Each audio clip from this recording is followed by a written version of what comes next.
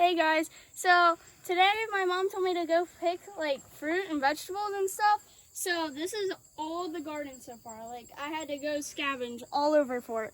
So in the very back there that's closest to the duck pen, there are all kinds of different peppers and stuff. This is the big Tom pepper and I found it and it is humongous. Hold it up next to your head. How big is it? It's as tall as your head. It is so big. So it's like the Chili's pepper logo. It is like the Chili's pepper logo. Are you going to start doing all my harvesting for me since you're apparently a lot better at finding the good stuff? Yeah. I found the jackpot in there. There's so many bell peppers. There's so many like tomatoes and stuff. I picked the jackpot. High five, yeah. Yeah.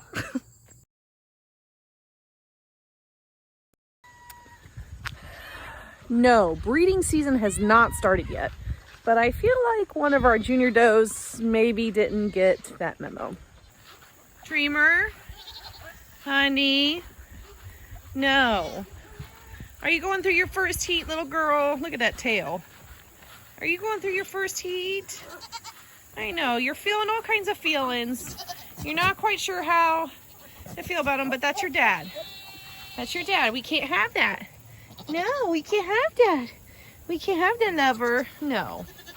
No, that's your dad. And you, that's your daughter. How dare you?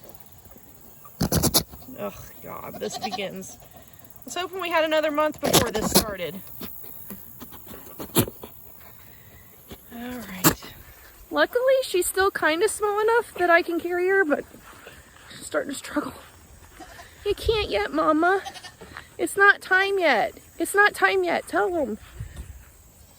It's not worth it. It's not worth it. Hold on, let's get you in. That's the only good thing about these little guys. You can kind of just hold them right there between the legs. I'm sorry, baby.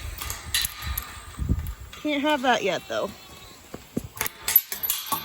You're not quite old enough yet. Go back in there. You don't need to be seeing the boys just yet. A few more months. I really was hoping that we were not quite there yet. I had noticed yesterday that she had a little bit of discharge. Now, the reason I noticed that is I'm out with my goats like every single day. Dreamer comes up on the milk stand every morning and afternoon with Willow, just like she did at the fair. Which is good. We want her getting used to the milk stand, but I did notice she had discharge yesterday.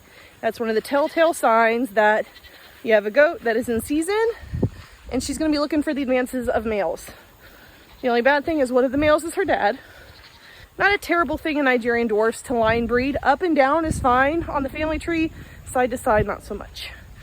So, she's got to wait. She's got to wait. And since we got that new buck, I don't know if Lovebug will be seeing action from Dreamer. It'll probably be Lunar Howl, which is what we ended up naming him. Lunar Howl, or Lou Howl as I've been calling him, will probably be Dreamer's pairing for this season. If I decide to breed her, I might wait and just have her for fall breeding next year. We've done a lot of different things with our management this year, but that doesn't mean we're not going to make even more changes next year, because you should never be afraid to change your practices if it's going to be better for your animals, your herd, and yourself. And this might be good for us. So apparently I'm going to have to start locking down my juniors a little bit more. I'm going to have to definitely watch her. And I will put this date on my calendar so that I'll know in 3 to 4 weeks I need to be watching to see if Dreamer escapes and is having another heat. Oh, the joys of breeding Nigerian dwarf goats. The goats that breed year-round. So as I'm getting ready to bring in all my girls in here to milk this evening, because it is the afternoon, and because Dreamer's decided she wants to be just the naughtiest little girl in the world and wants to meet the bucks earlier than I would like for her to, I'm really gonna have to keep an eye on her.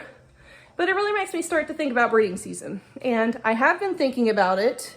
I think today I nailed down a day that I want to start breeding. And of course, Willow's going to kick us off, because the reason for that being is Willow is a producer, which means she's still producing quite a bit of milk. She's my best producer, and she's been producing the longest out of my herd without really dropping in production. Now that we're done with milking, it's time to let these little heathens out of the, I don't really want to say weaning pen, because technically it's it's not really a weaning pen anymore. These guys could be off of their moms and off to new homes if I wanted them to be. Django, no. Dog wants it. He's scratching right behind the door right there. But these girls could be weaned if they're just in here to kind of fatten up, grow them out a little bit, let them have some creep feed, let their moms have a break while I'm trying to keep them in milk for linear appraisals, because our milk testing is slowly coming to an end. Like we just talked about, linear appraisals are around the corner, and some of these girls, I'm ready to start drying up, and I'm ready to start fleshing some of these babies out for breeding. Not so much anybody in this pen just yet, but their mamas need to be able to put on some calories. They need to eat a couple cheeseburgers to get them back into breeding condition, I guess. So let's go let these guys out. They're a little impatient. Good day. I'll let you out in a minute, Squeakers. Squeakers gets her little pan of milk every day. Hi. Hello, Queenie. Hi. Yes, the nightly little lovin's, the nightly shirt chewings. And we've got Tangy, there's Ruthie. Ruthie's right there, Margie's right there, Tangy's right here. We got Chickahawk, got Queen. There's Babushka. She's not too fond of me yet, but we're gonna get there. And then we've got Prim, and of course, sweet little Squeakers. So let's go and let these guys out. You guys ready? You guys ready? Hi, Babushka. Hi, Babushka. Let you guys out. Come here, Babushka.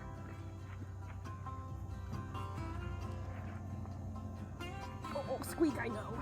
Oh, Chicky. Queenie, my little baby. My little baby. I know. You're so fat and big. You struggle. Hi, Ruthie.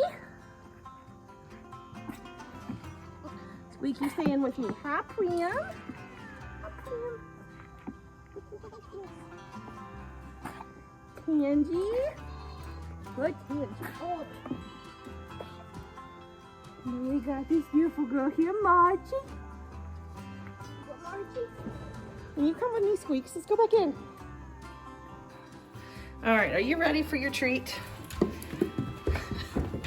Squeaker comes up and she's my cleanup crew. She looks to see whatever anybody's left. She gets some milkies. Give you milkies today, huh? You want some milkies today?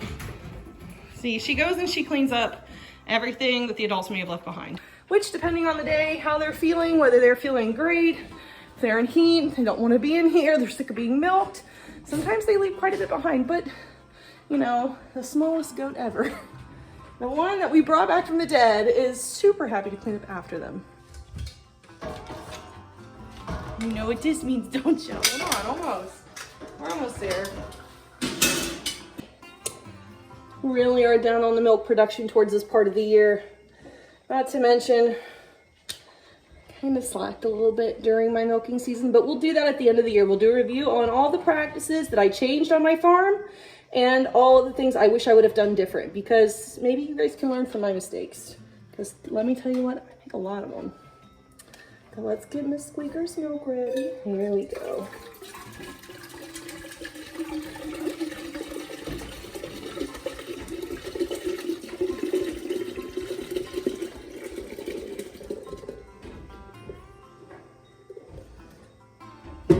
I don't need any extra milk, so Squeakers gets to have a great day today. White gold. Squeaky, do you want this? Come here, Squeaks. Come here, Squeakers. Come on up here. Oh yeah, bottoms up, baby. Tail. I have to hold the canister or she'll tip it over. But I don't know if you guys can tell. She's like putting her whole face in there. When she comes up for air, we'll see. I don't plan to drink any of this milk, so I don't mind letting her do this. Whoa. My, what a milk mustache. Well, if you didn't put your nostrils in, you'd be fine.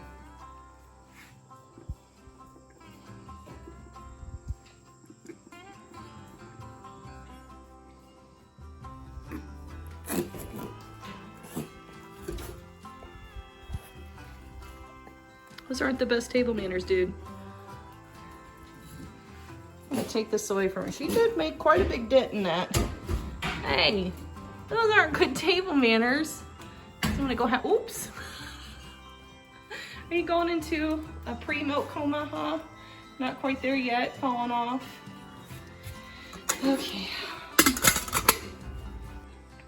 I figure since she's young enough and had a late start and was a bottle baby, which it's not uncommon for bottle babies to be a little bit smaller than the rest of your kid crop, she can use the extra sustenance. She can use the little bit of extra milk that I'm not going to drink, that I don't have sold to anybody. So, it's her gain for real. Are you finished being a glutton now? You ready to go back in with the main herd, or are you gonna go look around for more scraps? What are you gonna do? What are you gonna do? Look at that milk mustache. You're ridiculous. Oh, was it good though? She keeps licking her lips, so she must have had a good drink and a good snack. Boy, she's a tubby little thing. But whatever helps her grow big and strong, right?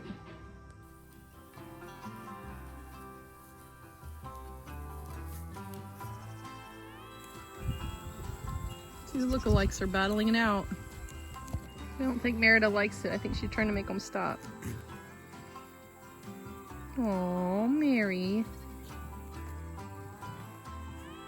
You will have does like that in your herd too, that kind of don't want the fighting. They're considered peacemakers, in my opinion.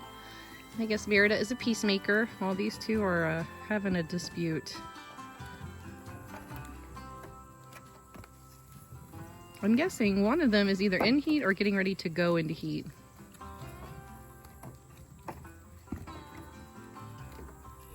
Merida don't like it.